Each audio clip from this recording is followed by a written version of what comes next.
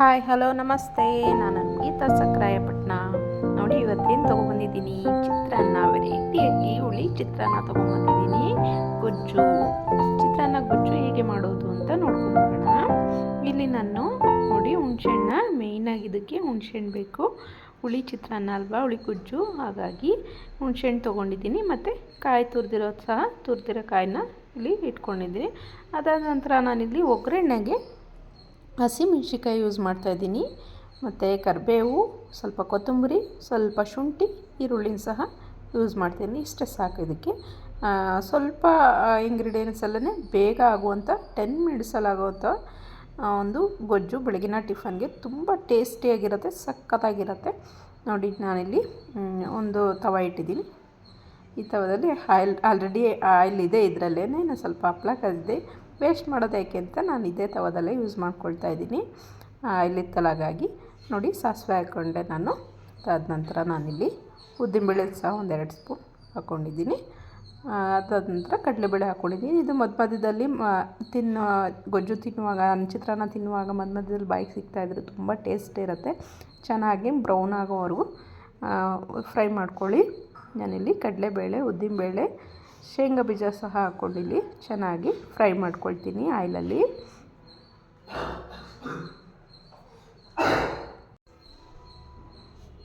ನೋಡಿ ನೀಟಾಗಿ ನನಗೆ ಫ್ರೈ ಮಾಡ್ಕೊಳ್ತಾ ಇದ್ದೀನಿ ಈಗ.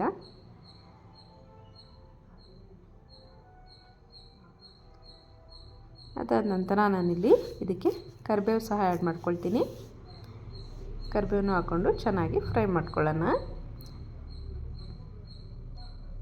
ಹಸಿಮೆಣ್ಸಿಕಾಯಿ ಹಾಕ್ಕೊಳ್ಳಿ.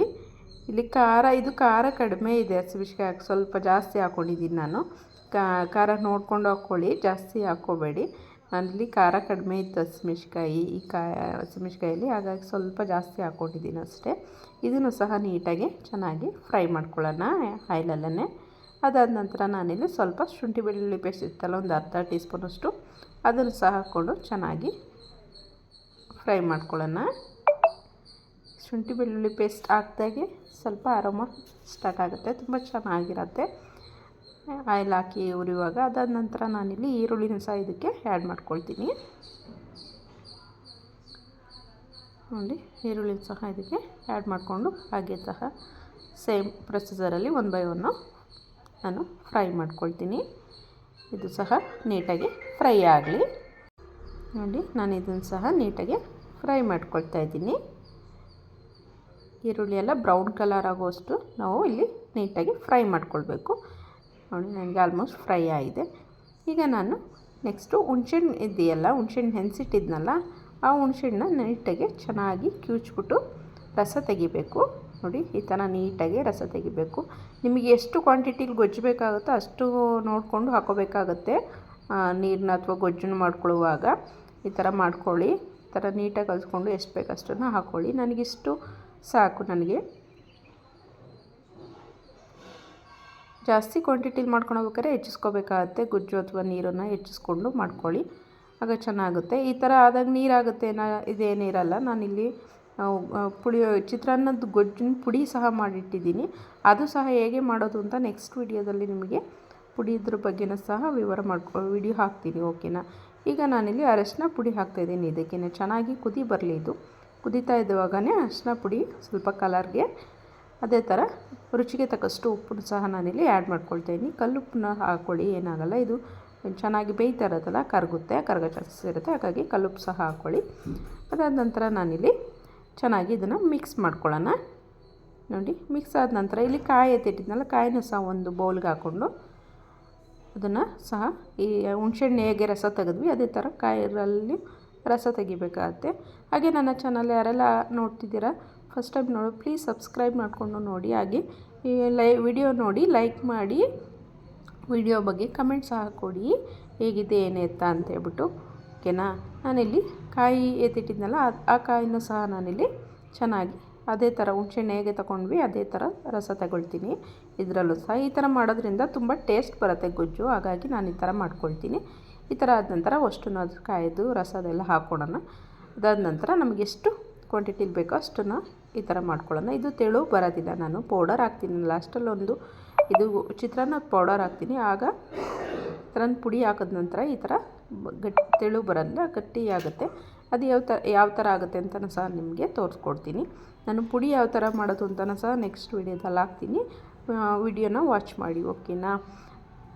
ಅದಾದ ನಂತರ ಸ್ವಲ್ಪ ಇದು ಕುದಿ ಬರಲಿ ನೋಡಿ. ಈ ಥರ ಎಲ್ಲ ರೆಡಿ ಆದಮೇಲೆ ಉಪ್ಪು ಖಾರ ಹುಳಿ ಎಲ್ಲ ಹಾಕಿದ ನಂತರ ನಾವು ಇಲ್ಲಿ ಒಂದು 5 ನಿಮಿಷ ಇದನ್ನು 5 ನಿಮಿಷ, ಒಂದು 2 ನಿಮಿಷ ಸಾಕು. ಅದು ಬಿಸಿ ಇರುತ್ತಲ್ಲ, ಬೇಗ ಕುದಿ ಸ್ಟಾರ್ಟ್ ಆಗುತ್ತೆ ನೋಡಿ. ಕುದಿ ಸ್ಟಾರ್ಟ್ ಆಗ್ತಾಯಿದೆ ನನಗಾಗಲೇ. ಈ ಥರ ಕುದಿ ಬರಲಿ. ಅದಾದ ನಂತರ ನಾನಿಲ್ಲಿ ಪೌಡರ್ ಮಾಡಿ ಎತ್ತಿಟ್ಟಿದ್ನಲ್ಲ, ಆ ಪೌಡರ್ ಹೇಗಿದೆ ಅಂತ ತೋರಿಸ್ತಿರ್ತೀನಿ ನಿಮಗೆ. ನೋಡಿ ಈ ಥರ ಪೌಡರ್ ರೆಡಿಯಾಗಿರುತ್ತೆ. ನಾನು ಈ ಪೌಡರ್ ಯಾವ ಥರ ಮಾಡೋದು ಸಹ ನಿಮಗೆ ನೆಕ್ಸ್ಟ್ ವೀಡಿಯೋದಲ್ಲಿ ಹಾಕ್ತಾ ಹೋಗ್ತೀನಿ, ನೋಡ್ತಾ ಇರಿ. ಹಾಗೆ ನನ್ನ ವಿಡಿಯೋ ನೋಡಿ ಸಪೋರ್ಟ್ ಮಾಡಿ, ನನ್ನ ಚಾನಲ್ಗೆ ಸಪೋರ್ಟ್ ಮಾಡಿ. ನನಗೆ ಈಗ ಕುದಿ ಸ್ಟಾರ್ಟ್ ಆಗಿದೆ. ಅದಾದ ನಂತರ ನಾನಿಲ್ಲಿ ಈ ಪೌಡರ್ ಎತ್ತಿಟ್ಟಿದ್ನಲ್ಲ, ಈ ಪೌಡರ್ ಇಷ್ಟು ಗೊಜ್ಜಿಗೆ ನಾನು ಒಂದು 3 ಟೀ ಸ್ಪೂನಷ್ಟು ಪೌಡರ್ನ ಆ್ಯಡ್ ಮಾಡ್ಕೊಳ್ತೀನಿ. ಚಿತ್ರಾನ್ನ ಪುಡಿನ ನಾನಿಲ್ಲಿ 3 ಟೀ ಸ್ಪೂನಷ್ಟು ಆ್ಯಡ್ ಮಾಡ್ಕೊಳ್ತೀನಿ. ಈ ಪುಡಿ ಹಾಕಿದ ನಂತರನೇ ಒಂದು 2 ಸೆಕೆಂಡ್ಗೆ ಗೊಜ್ಜು ಗಟ್ಟಿಯಾಗ ಬರುತ್ತೆ, ಗಟ್ಟಿಯಲ್ಲಿ ಆಗುತ್ತೆ ನೋಡಿ. ಇಷ್ಟು ಮೀಡಿಯಮಾಗಿ ಒಂದು 2 ಸೆಕೆಂಡ್ ಕುದಿ ಬಂದರೆ ಸಾಕು, ಫುಲ್ ಗಟ್ಟಿ ಆಗಿಬಿಡುತ್ತೆ. ನಮಗೆ ಚೆನ್ನಾಗೂ ಇರುತ್ತೆ ಗೊಜ್ಜು, ತುಂಬ ಫ್ಲೇವರ್ ಇರುತ್ತೆ, ತುಂಬ ಟೇಸ್ಟು ಅಷ್ಟೇ ಚೆನ್ನಾಗಿರುತ್ತೆ. ಸತಿ ಟ್ರೈ ಮಾಡಿ, ಓಕೆನಾ. ನನಗೆ ಇಷ್ಟು ಗಟ್ಟಿಗೆ ಕುದಿ ಸ್ಟಾರ್ಟ್ ಆಯಿತು. ಒಂದು 2 ಸೆಕೆಂಡ್ ಇದಾದರೆ ಸಾಕು. ನಾನು ಈಗ ಲಾಸ್ಟಲ್ಲಿ ಕೊತ್ತಂಬರಿ ಸಹ ಇಲ್ಲಿ ಆ್ಯಡ್ ಮಾಡಿಕೊಂಡು ಚೆನ್ನಾಗಿ ಇದನ್ನ 2 ಸೆಕೆಂಡ್ ಕೊತ್ತಂಬರಿ ಫ್ಲೇವರ್ ಎಲ್ಲ ಚೆನ್ನಾಗಿ ಬಿಟ್ಕೊಳ್ಳೋ ಥರ 2 ಸೆಕೆಂಡ್ ಬೇಯಿಸ್ಕೊಳ್ತೀನಿ ಇಲ್ಲಿ ಅಷ್ಟೇ. ನನಗೀಗ ಎಂಡು ಆಗಿದೆ ಇದು ಆಲ್ರೆಡಿ ನೋಡಿ. ನನಗೆ ಆಲ್ರೆಡಿ ಗೊಜ್ಜು ರೆಡಿ ಆಯಿತು. ಈಗ ನಾನು ವೈಟ್ ರೈಸ್ ರೆಡಿ ಮಾಡ್ಕೋಬೇಕು. ಇದಕ್ಕೆ ಫಸ್ಟೇನೆ ವೈಟ್ ರೈಸ್ಗೆ ನಾನು ಇದನ್ನು ಸರ್ವ್ ಮಾಡ್ಕೊಳ್ಳೋದು ಹೇಗೆ ಅಂತ ತೋರಿಸ್ಕೊಡ್ತೀನಿ ನೋಡಿ. ನನಗೆ ಗೊಜ್ಜು ಈಗ ರೆಡಿ ಆಯಿತು. ಒಂದು ಬೌಲ್ಗೆ ಇದನ್ನ ಟ್ರಾನ್ಸ್ಫರ್ ಮಾಡ್ಕೊಳ್ತೀನಿ. ಎಷ್ಟು ಬೇಕೋ ಈಗ ರೈಸ್ಗೆ ಮಿಕ್ಸ್ ಮಾಡ್ಕೊಳ್ಳೋದಕ್ಕೆ ಅಷ್ಟೊಂದು ಮಾತ್ರ ಇಟ್ಕೊಂಡು ಎಕ್ಸ್ಟ್ರಾ ಇದನ್ನು ಎತ್ತಿಡ್ಬೋದು. ಬೇಕಾದಾಗ ಕಲಿಸ್ಕೊಂಡು ಗೊಜ್ಜನ್ನು ಮಿಕ್ಸ್ ಮಾಡಿಕೊಂಡು ತಿನ್ಬೋದು. ಆ ಥರ ನಾನಿಲ್ಲಿ ಗೊಜ್ಜನ್ನು ಸಹ ಒಂದು ಬೌಲ್ಗೆ ಎತ್ತಿಡ್ತಾಯಿದ್ದೀನಿ. ಅದಾದ ನಂತರ ನಾನಿಲ್ಲಿ ರೈಸ್ನ ತೊಗೊಂಡ್ಬಿಟ್ಟು ಇದನ್ನು ಗೊಜ್ಜನ್ನ ಹೇಗೆ ಮಿಕ್ಸ್ ಮಾಡೋದು ಅಂತ ನಾನು ತೋರಿಸ್ಕೊಡ್ತೀನಿ ನೋಡಿ. ನನಗೆ ಈ ಥರ ಗೊಜ್ಜು ರೆಡಿ ಆಗಿದೆ, ತುಂಬ ಟೇಸ್ಟಿಯಾಗಿರುತ್ತೆ. ರೈಸ್ಗೂ ಸಹ ಈ ಉಳಿದಿರೋ ಗೊಜ್ಜನ್ನು ಹಾಕ್ಕೊಂಡು ನಾನು ಮಿಕ್ಸ್ ಮಾಡ್ಕೊಳ್ತೀನಿ.